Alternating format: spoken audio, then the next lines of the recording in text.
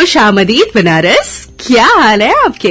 इस वक्त तो भैया पूछिए मत, हर तरफ बस रंग गुलाल, ठंडई, पिचकारियां, चिप्स, पापड़, गुजियों की ही धूम मची पड़ी है। और तो और आज से तो बुरा न मानो होली है, कहने सबने रंग लगाने का लाइसेंस मिल जाना है बनारस। हाँ, क्योंकि आज है रंग भरी एकादशी और आज ही के दिन भगवान शिव मां पार्वती को पहली बार काशी लेकर आए थे। वैसे बनारस होली ऐसे तो ये त्योहार ही रंगों का है और इस छठा में होली स्वयं महादेव के साथ तो बात ही कुछ और है। गलियों की फिजाओं में आज से गुलाल की महक एकदम घुल सी जाने वाली है। महादेव और मां पार्वती की एक झलक पाने को सबकी निगाहें ठहरी रहेंगी।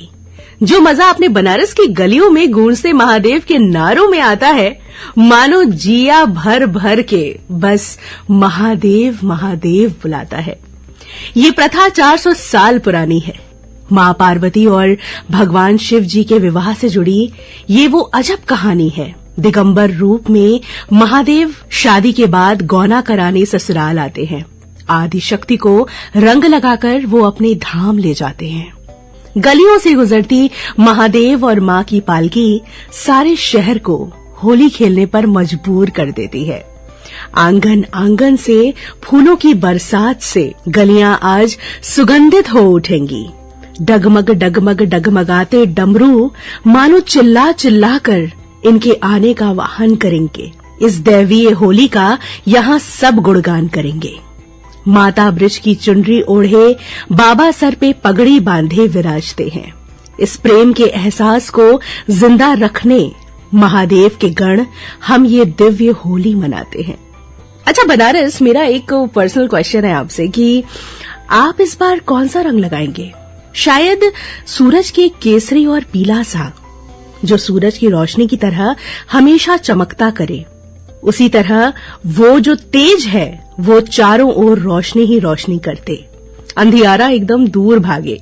या फिर नीले आसमान सा बड़ा विशाल, जैसे छोटे छोटे सपने उन्हें बड़े बड़े रास्तों पे मिले। या फिर हिम्मत और हौसले का हरा रंग, जो इन पेड़ पौधों के साथ हमें ये याद दिलाता है कि हमारे असल रंग प्रकृति के साथ है ना? या फिर सफेद रंग, जो है सुकून का रंग। मुझे लगता है बनारस की सुकून का अगर कोई रंग है तो वो सफेद है और कोई नहीं, जो हर रंग के साथ मिल जाता है, बिल्कुल हमारे स्वभाव की तरह। अब बताइए कौन सा रंग लगाएंगे आप? कहीं जाइएगा नहीं। I be right back, keep listening to आपकी वाणी आकाशवाणी, मेरे यानी सना के साथ। Good morning Banaras. हाँ जी, welcome back to Banaras number 1 radio show good morning Banaras, only on world's number 1 radio station, आपकी वाणी आकाशवाणी। स्टूडियो की घड़ी में बज चुके हैं 7।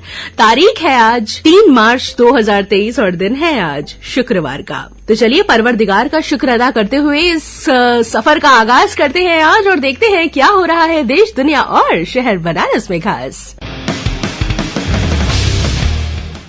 शंघाई सहयोग संगठन यानी कि एससीओ की ओर से घोषित पर्यटन और सांस्कृतिक राजधानी काशी में होली के बाद 2 बैठक होंगी। जी हां, अधिकारियों की बैठक 15 मार्च और मंत्री स्तर की बैठक 18 मार्च को होनी है। एससीओ के पदाधिकारियों को प्रोटोकॉल जिला प्रशासन को प्राप्त हो चुकी है और इसकी तैयारियां शुरू हो चुकी हैं। इसके लिए काशी में विशेष आयोजन किए जाएंगे। होली के बाद पड़ने वाले मुड़वा मंगल पर मेहमान इस काशी में होंगे, इसीलिए शंघाई सहयोग संगठन से जुड़े मेहमानों के स्वागत में इसको वृहद स्वरूप दिया जा सकता है। इसके साथ ही साथ बलून उत्सव समेत कई अन्य कार्यक्रमों पर भी विचार किया जा रहा है। और एक बात और बता दूं बनारस की, चीन, कजाकिस्तान, किर्गिस्तान, रूस और तजाकिस्तान ने 1996 में शंघाई 5 नाम से संगठन की नींव रखी थी। 2001 में आयोजित शिखर सम्मेलन में उज्बेकिस्तान को शामिल कर इसे शंघाई 6 का नाम दिया गया और अब ये शंघाई सहयोग संगठन के नाम से जाना जाता है।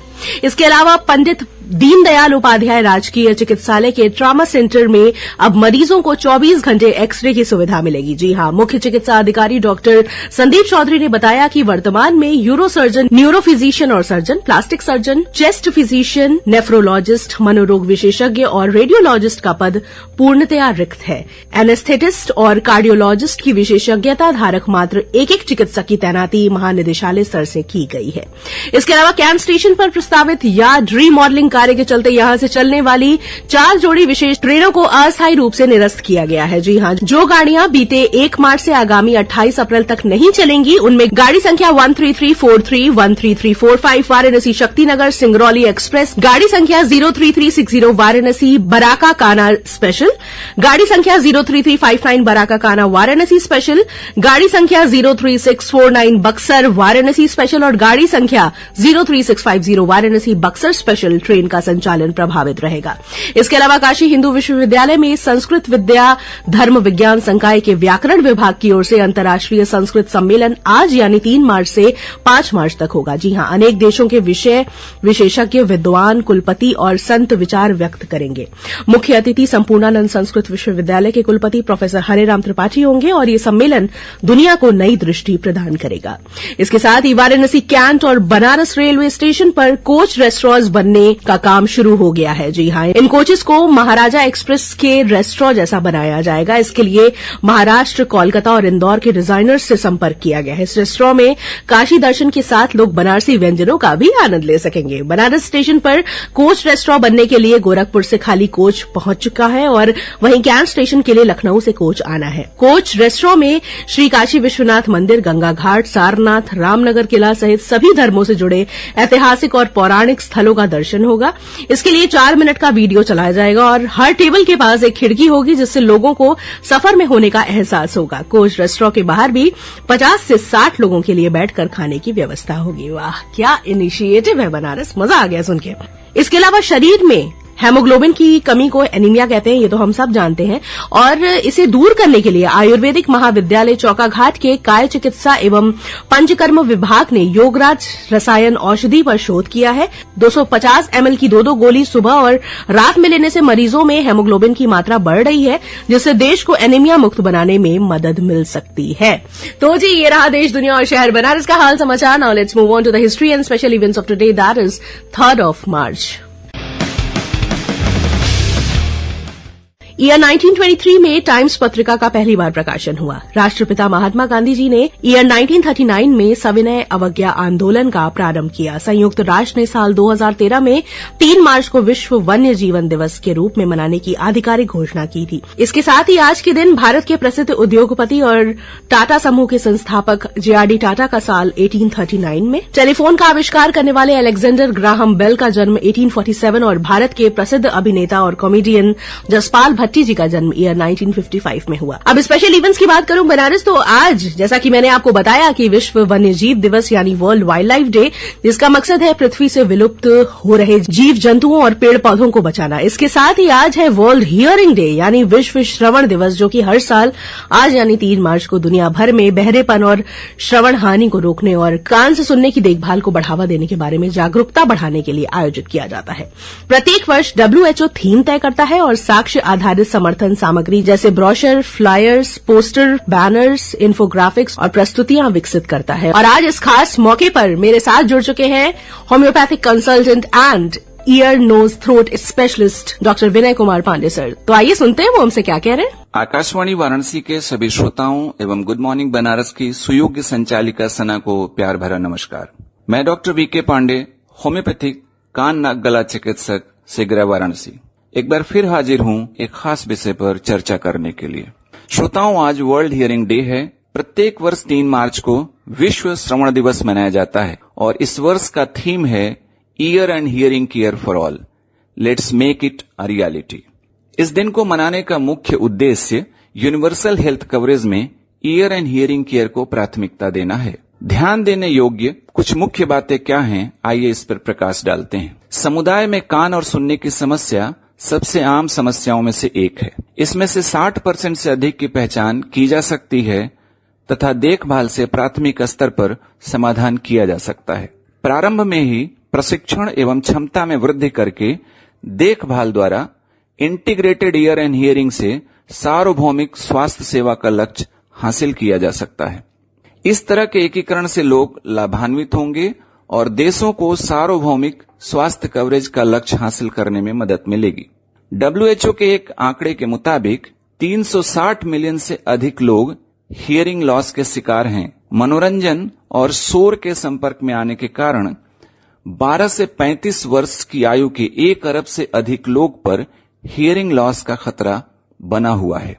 अपने चिकित्सकीय अनुभव के आधार पर हम कुछ टिप्स साझा करना चाहते हैं। तो आइए देखते हैं टिप्स ऑफ हेल्दी ईयर क्या है? डूज, हमें क्या करना चाहिए? नंबर 1, ज्यादा शोरगुल वाली जगहों पर ईयर प्लग का इस्तेमाल करें।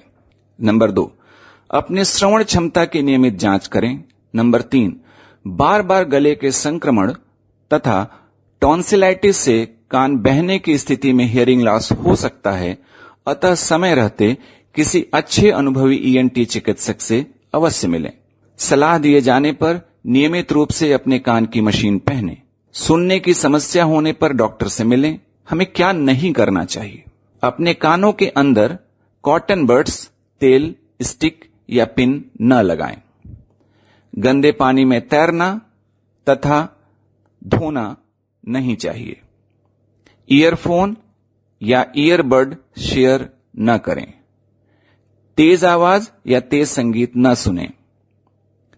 कान साफ करने के लिए किसी अनट्रेंड व्यक्ति के पास न जाएं, अन्यथा आपका पर्दा खराब हो सकता है।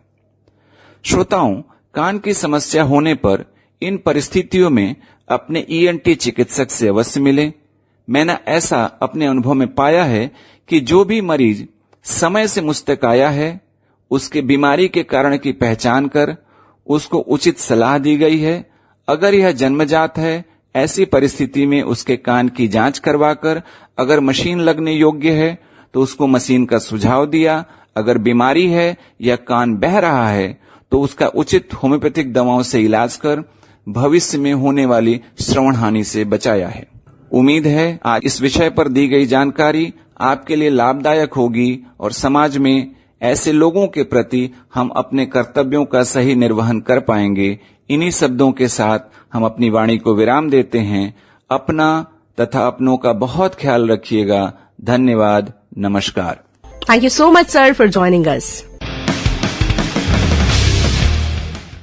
हाँ जी बनारसियों, देखिए, हमारी काशी मोक्ष की नगरी है, जहाँ मृत्यु भी उत्सव है, जहाँ स्वयं देवाधिदेव महादेव महाशमशान मणिकर्णिका घाट पर अपने गणों और भक्तों के साथ धधकती चिताओं के बीच चिता भस्म की होली खेलते हैं।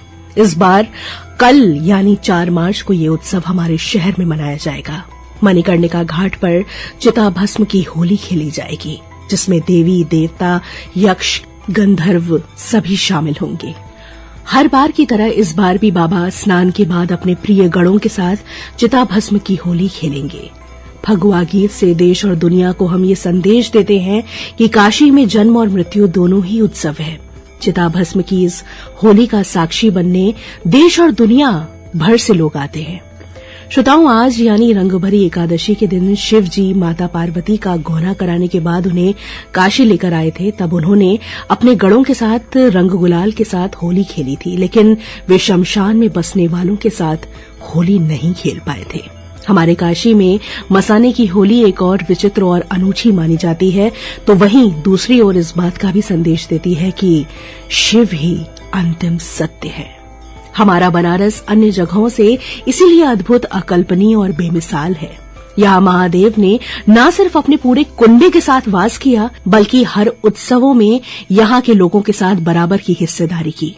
भोलेनाथ तारक का मंत्र देकर सबको तारते हैं।